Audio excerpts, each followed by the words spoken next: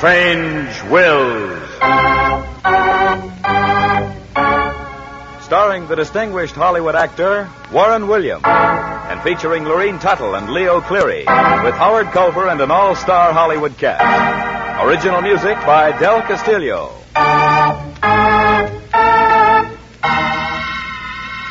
Dead men's wills are often strange. We cannot attempt to understand them or try to find the answers. We can but tell the story. This is Warren Williams bringing you the story of Miser's Gold. But first...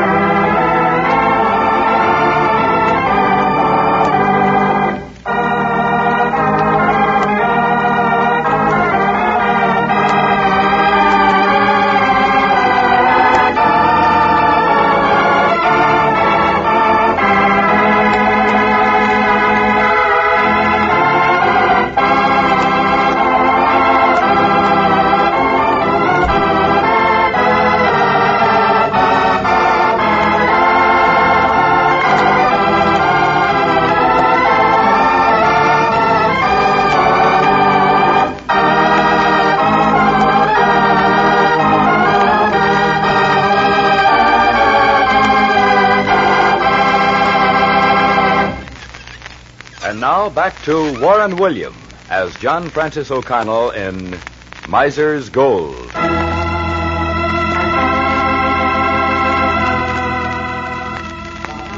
Of all the strange, weird characters I've had the pleasure to represent in probate matters, none, I think, ever can measure up to the caliber of Old Nick, gold miner extraordinary. I saw him for the first time on a cold March morning when he came up to my office for legal advice. He wore neither hat nor overcoat, and his toes, blue with cold, were sticking out of his broken shoes. He was a cat. O'Connell, I'm an old man, sick man, and I want to know what happens to your money when you kick the bucket. Well, Nick, under the law, it goes to your next of kin. If you have a wife and children, then... But I ain't got no wife and kids. Well, then to your blood relatives. That is, of course, if you die without making a will. And if I make a will? Then to whomsoever you name as beneficiaries, Nick. I only got one sister and two brothers. Well, you've answered your own question. But I don't want them to get my money. I hate them. Well, how about some charity? No. I ain't going to give my money to no strangers, neither. Well, Nick, one thing is certain. If you have any money, you can't very well take it with you, can you? No, that's right. I can't take it with me. But then... I ain't going to give it to no strangers. And I don't want... Well, I'll think it over, Mr. O'Connell. I'll think it over. Now, how much do I owe you? Owe me? For that small consultation? Nothing, Nick. No, Mr. O'Connell. That ain't how I do my business. I pays for what I get. I'll take this paper bag and keep what's in it. And when I make up my mind, Mr. O'Connell, I'll get in touch with you. Very well, Nick. Good day to you. Bye, Mr. O'Connell. Bye.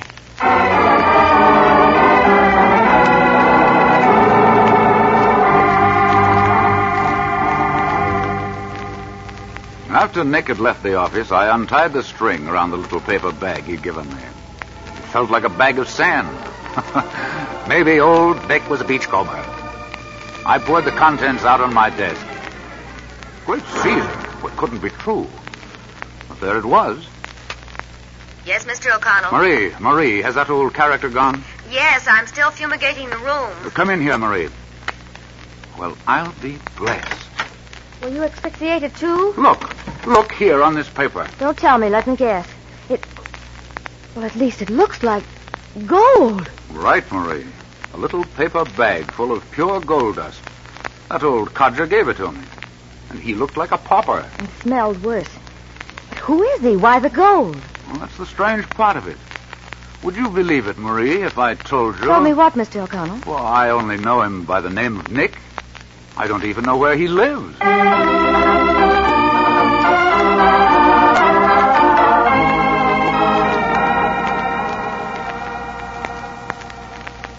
But as it turned out, that wasn't the last of old Nick. One morning, Marie came running into my office. Mr. O'Connell, it's a postcard from that character that came in to see you. Huh? We know his last name now. It's Nick Bowler. And we know where he lives, too. Here, give it to me. Dear Mr. O'Connell, I thought over what you told me. I want you to come to my shack tonight. Take Silver Canyon Road to end. Then stop. And you'll see a path that goes up mountain. You'll have to walk the rest of the way. I live on the top of the mountain. You can't miss it. I want to make a will. Nick Bowler.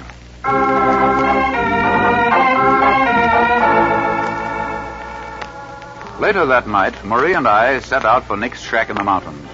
Who was this Nick Bowler? Had he more gold? Well, that seemed to be the inevitable conclusion. In any event, the next few hours would be decidedly... Well, Mr. O'Connell, you've already had your bag of gold. Maybe after I transcribe all of your notes tonight, you'll give me one, too, huh? Maybe. But don't have any high hopes, Marie. This Nick is certainly a crackpot. Maybe he won't have a dime. Probably gave you his life savings. But how do you think he ever got the gold dust? Oh, maybe he's a prospector. Well, here we are. This looks like the end of the road. Oh, Nick said when you get here, right here, to stop. We couldn't go farther if we wanted to. Now then, let's find that path. Oh, I never knew there was such a deserted place in the whole world. Well, it's dark, isn't it? Now I'll turn on my flashlight. Mm-hmm. Oh, there's the path.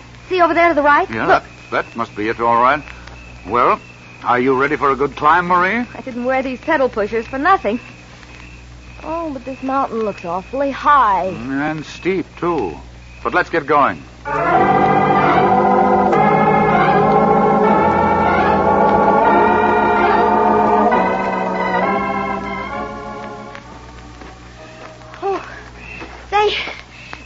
How about resting for a minute?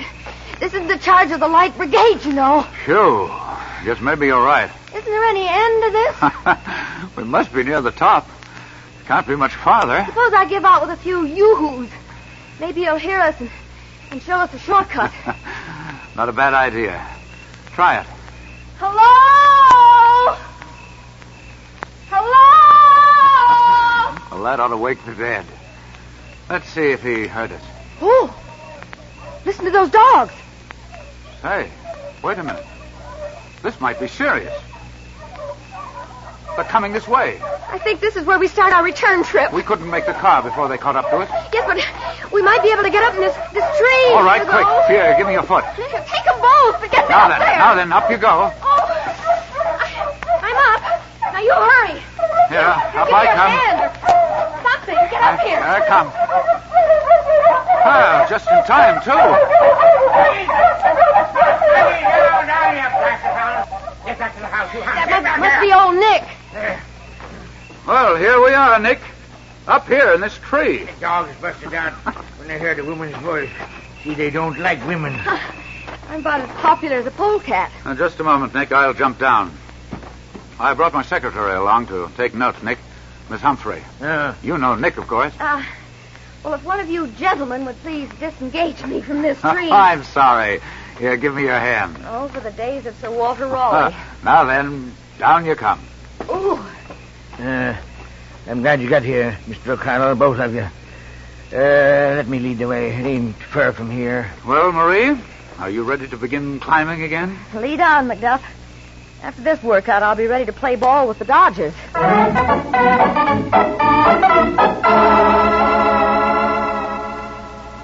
Well, folks, here we are. So, this is where you live, Nick. Yeah. No wonder you haven't any neighbors. Only got one. He lives about a mile away. You can see I don't live very fancy-like. It's just a one-room shack on the mountaintop. It ought to be nice and breezy. High on a windy hill. Sometimes I think the wind like to blow me and the shack right down the mountain. Well, let's go in and get down to brass tacks. After you, Marie. Well, chair, table, and a pile of bags. Yeah, not much furniture, but then I can only sit on one chair at a time. Marie, be a good girl and park yourself on a sandbag. Oh, It's going to be ducky. Now then, Nick, we're ready to go to work. And I never told you much, Mr. O'Connell, the day I come to your office. Well, suppose you tell me now just what you have to will away and who you want to get it. I got a sister. Her name is Sarah. And 2 brothers, Herman and Otto. Getting this, Marie? Heirs at law and next of kin. Sister Sarah, brothers Herman and Otto. Yeah, that's right. My sister was married. Her husband died. Name is Stevens. Now, she and my brothers all live in town. Say, before we take inventory, I wish you'd pardon me just a minute while I try making this sandbag a little more comfortable. It doesn't dent very easily. Feels more like concrete than sand. That's my ballast, miss. It helps to keep my house from blowing off the mountain. Hold up there. Let me give me a hand there. Thank you. Don't know if you noticed, but there are 10 bags, and each one's got a name. Oh, you named the sandbags, too. Yep. This one's Evelyn, and that one's Gert, and you're sitting on Mert. Oh, I'm so sorry, Mert. And below is Hattie, Alice, and Marty. Those are your girls, eh, Nick? Not exactly, Mr. O'Connell, but they're the only women I ever knew. I just like 'em. Yep, each bag's got a name. Here, I'll show you why. Pardon me, miss, I'll open up Mert. Put that paper on the floor, eh, miss? One Put it right newspaper there. on the floor. That's it. Now, what's coming out? Look. Gold! It's yellow. Oh, no, I'm seeing things. No, you ain't. It's gold, all right. Every last bag is filled with gold. Yeah, look at her run.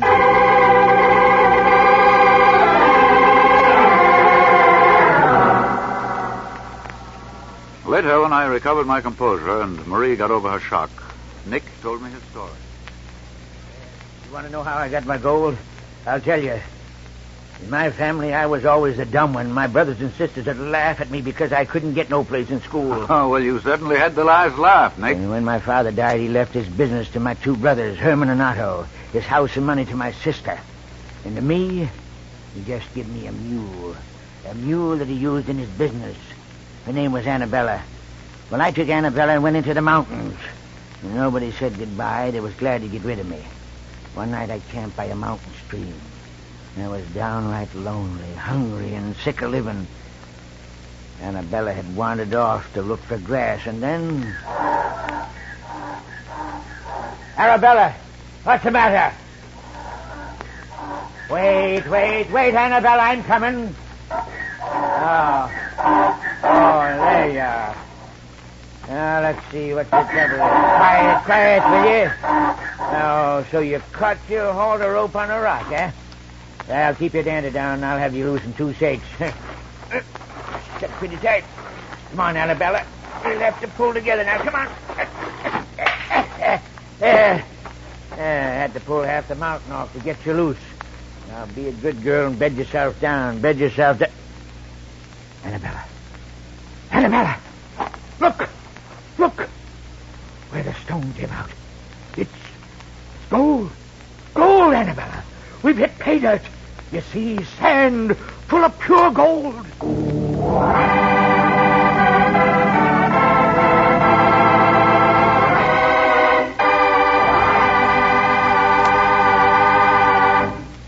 Part 2 of Strange Wills, written by Ken Crepine and directed by Robert Webster Light, will follow in just a moment.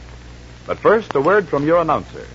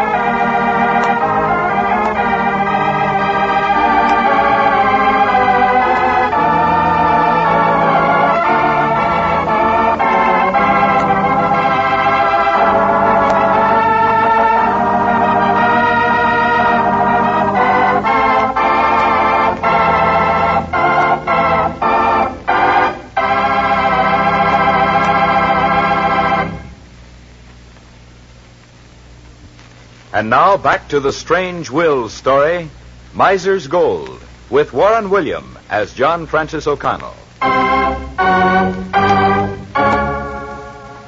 And in these bags, Nick, is what you got out of your placer mine? Yeah, Mr. O'Connell, I filled 10 bags with gold, I did, and then it ran out. But it was enough. Took me over 5 years to get. Every night when I come in from the diggings, I'd let the gold dust run through my fingers. And when I filled each bag, I'd give it a name, kind of like a friend. I wish I had some friends like that, Nick. I'd settle for even one. Marie. Well, girl can wish, can't she? Well, then my mule, Arabella, died. Buried her next to the mine. Got kind of lonesome and figured I'd pay a visit to my kinfolks. Thought maybe the years had softened them up. I was ready to share my gold if they was decent to me. I went down to the city.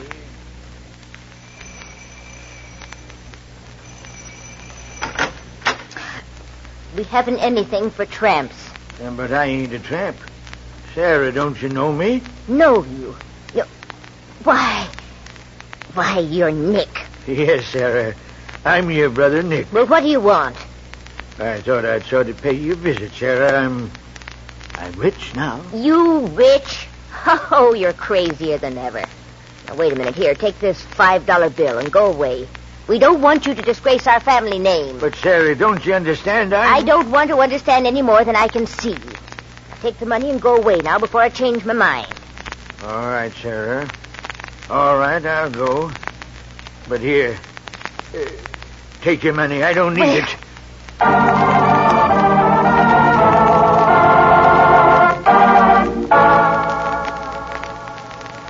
But news about my strike spread like wildfire through the town, especially when I paid my bills in gold. My brother Herman finally run into me one day on the main. Nick, you can't imagine how glad we all are to know that you're well and rich. Good to see you. Yeah, Herman, I done all right. We want you to come to dinner tonight. We'll all be there to kill the fatted calf. Dinner? Yeah, but Herman, Sarah told me Then you must tell us all about your gold. Maybe all of us can share in your good fortune. Hey, Nick? After all, we are your blood relatives. Sure, come on over for dinner. About 7, huh, Nick? All right, Herman. I'll see you all tonight. I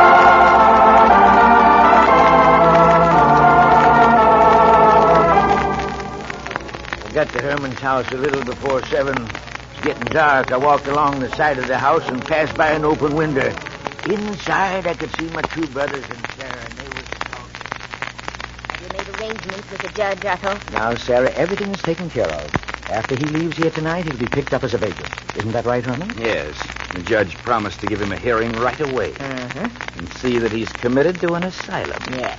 And Otto, as soon as we find out where he lives, we'll just go out there and take possession. Of course. Meantime, one of us will get appointed as conservator of his estate. Does that mean anything to you, Sarah? It will if we can find his gold. He must have a lot of it hidden away somewhere. We'll find out where it is, and Nick we'll go was out. always too dumb to be rich anyway. Just like that mule Father willed him. Remember? Oh, that mule.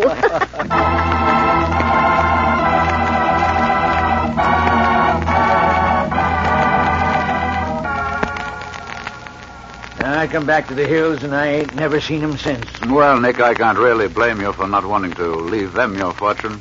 But if you don't, it'll have to go to other people. I know. For 6 months, night and day, I've been trying to figure a way of giving it to them. And still making sure they can't spend it. Huh? Yeah, but I guess it can't be done. They're bound to get it one way or another. I want you to make my will. Giving my kinfolks everything. I'll take care of the rest.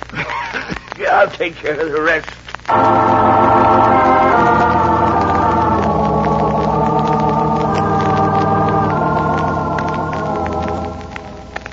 Realizing that Nick was really a very sick man, I lost no time in preparing his will and taking it out to his shack for his signature. As I neared the top of the mountain... Hello, Nick. Hello, Nick, where are you? Oh, go right in the shack, Mr. O'Connell. I'm just fixing things up underneath here. I'll be right up. Fixing things, eh? Well, this place could stand a little fixing. You got my will? Yes, I've got it. Good, then let's get it over with.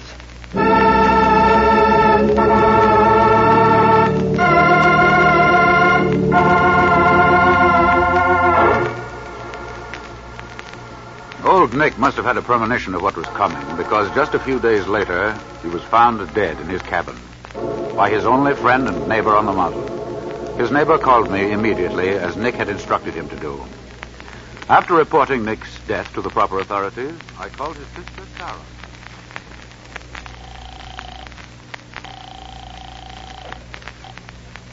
Yes? Are you Mrs. Sarah Stevens? Yes. Who is this and what do you want? This is John Francis O'Connell, attorney at law. You have a brother named Nick. Yes, what about it? He asked me to call you as soon as I was informed of his death. Dead? Nick dead? When? Where? I'm informed that he died sometime during the night. A neighbor found his body this morning. Oh, where? In his house. He lived in the little shack on top of the mountain at the end of Silver Canyon Road. Did he turn over anything to you? No, nothing has been turned over. That, of course, will have to be done through legal channels. Well, now, look here. He was our brother, wasn't he? What he had belongs to us. Herman, Otto, and me are his only relatives. Yes, I know. Look, want immediately and take possession of his property. The end of Silver Canyon Road, you say? I wouldn't advise that for two reasons. First, certain legal steps will have to be taken. The coroner will have to examine the body, and then provision will have to be made. All right. So you've advised us. You've done your duty. But just let someone try and stop us from going. What he's got belongs to us, and Mister, we aim to get it. Well, what a charming female. I could see greed coming right out of the telephone. I wonder why old Nick insisted that you call her as soon as you found out he was dead.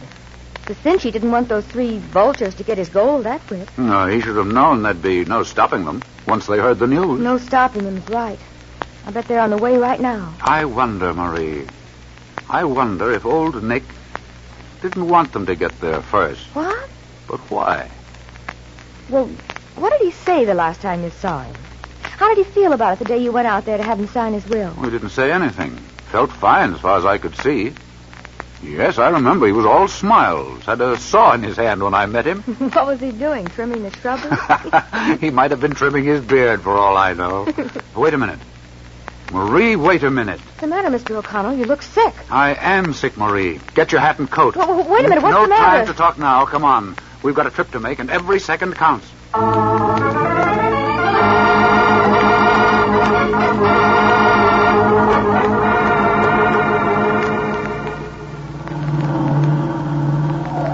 Why can't this car go faster? Why can't it... You're already making 72. What do you expect when you're climbing a mountain? Faster. We've got to go faster.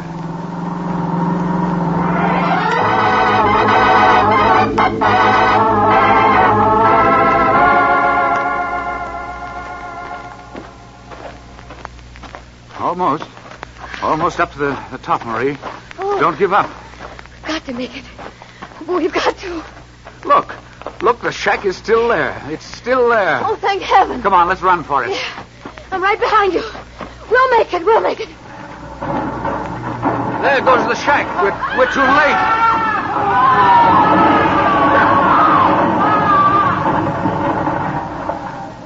There's old Nick's answer, just as I feared. You're right. Oh, how horrible, Mr. O'Connell. I can't believe it.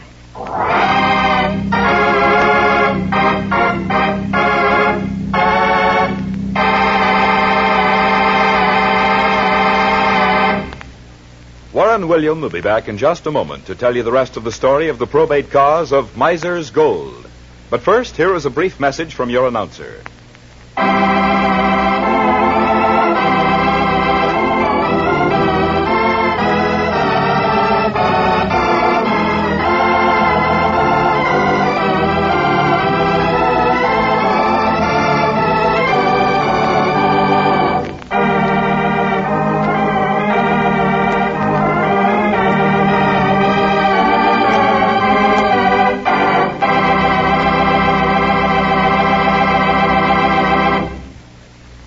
And now again, here is Warren William as John Francis O'Connell.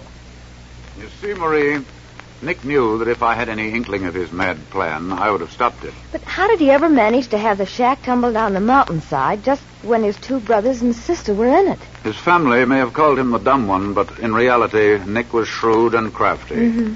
He knew all about the stress and strain of timbers from his experience working his mine. He knew, too, that Sarah, Herman, and Otto were greedy. Oh, yes. That they would rush out to his shack to find his hoard of gold the minute I let them know old Nick was dead. And if you remember, Nick insisted time and time again that they should be notified immediately. Mm-hmm. We know now that Nick sawed into and weakened the supports that held his shack to the mountainside and waited for his greedy relatives to bring him the revenge he so wanted. Oh. Well, they came all right. They stormed into the shack and began tearing everything apart looking for the gold. Their combined weight brought their own destruction. The supports collapsed, and the shack with its unholy three crashed down the mountainside. Well, it seems to me they were all guilty of one sin or another. Every one of them. And how unnecessary. If Sarah would only have listened, I would have told her that Nick had made a will and left everything to them. There was no necessity for their mad race to destruction. Well, that's about all. You know the rest of it. All but one thing. When did you first realize what old Nick was up to? Oh, it suddenly dawned on me the morning in the office. I remembered then that the day Nick signed his will, I heard the sound of a saw. Oh? And then I recalled how anxious he was to have me notify his relatives as soon as he died. Too late, I saw the plan of his revenge. He really got his revenge, didn't he? Yes, but not entirely. Sarah and Herman died, of course, but Otto survived the fall. And eventually he will get the entire fortune. You see, Marie, old Nick never learned that two wrongs don't make a right.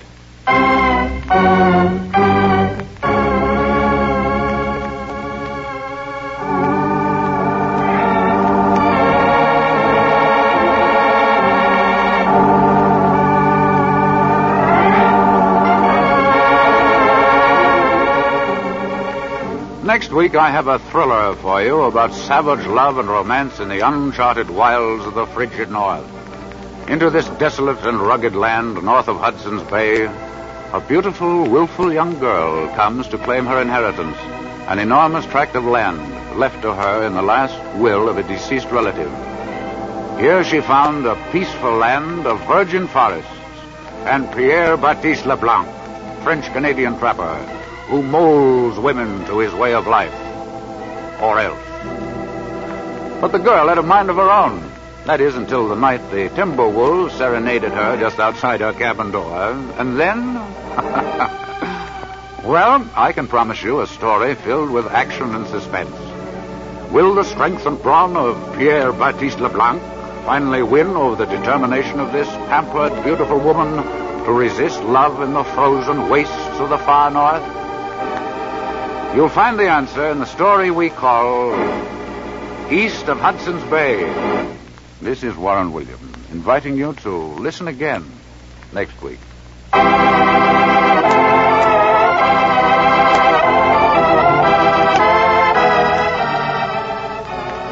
Strange Wills is a Teleways feature produced in Hollywood.